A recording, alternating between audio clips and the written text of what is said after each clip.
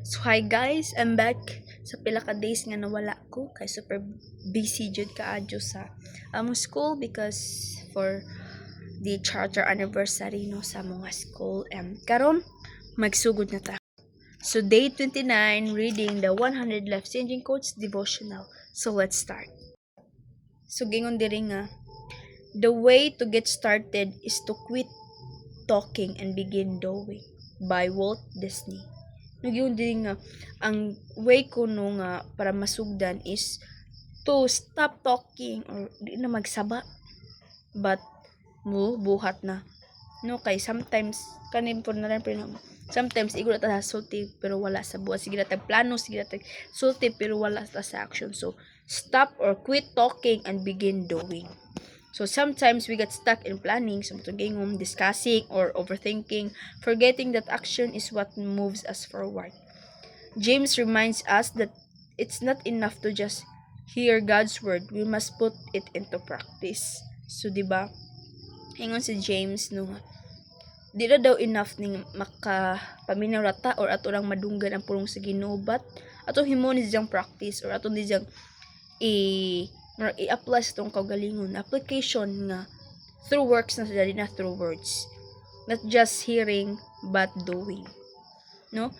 Whether it's in your spiritual walk or life goals, stop waiting and start acting. Faith is shown through works and God blesses those who do His will. So makita na to sa isa ka tawo if faithful da sa Ginoo, if nagalakaw siya o nagkinabuhi siya nga naa dyan Ginoo.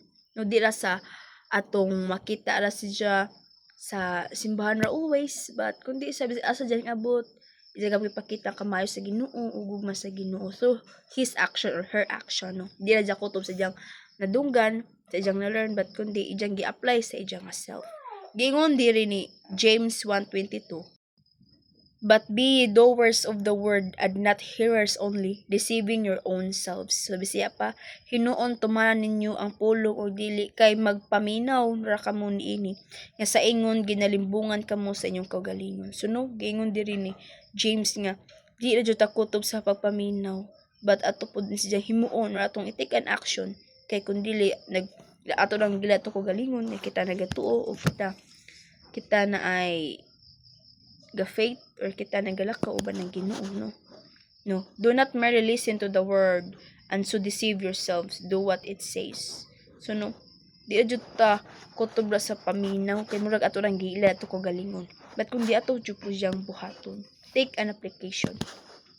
So mo na kingon nga ang akong challenge karon ninyo guys is through everything nga inyong na learn, through tanan sa inyong nadungam pilagi aning nga akong video is enjoy it, take an action, enjoy apply sa inyong kaugalingon, and start your life with a faith, with a dedication and guidance with the Lord, and do not just kutublas paminaw but take an action, take a step, diba, para naay gihapon ang self motivation, ang success ug ang motivation sa imong kaugalingon. So start, apply, and take a step.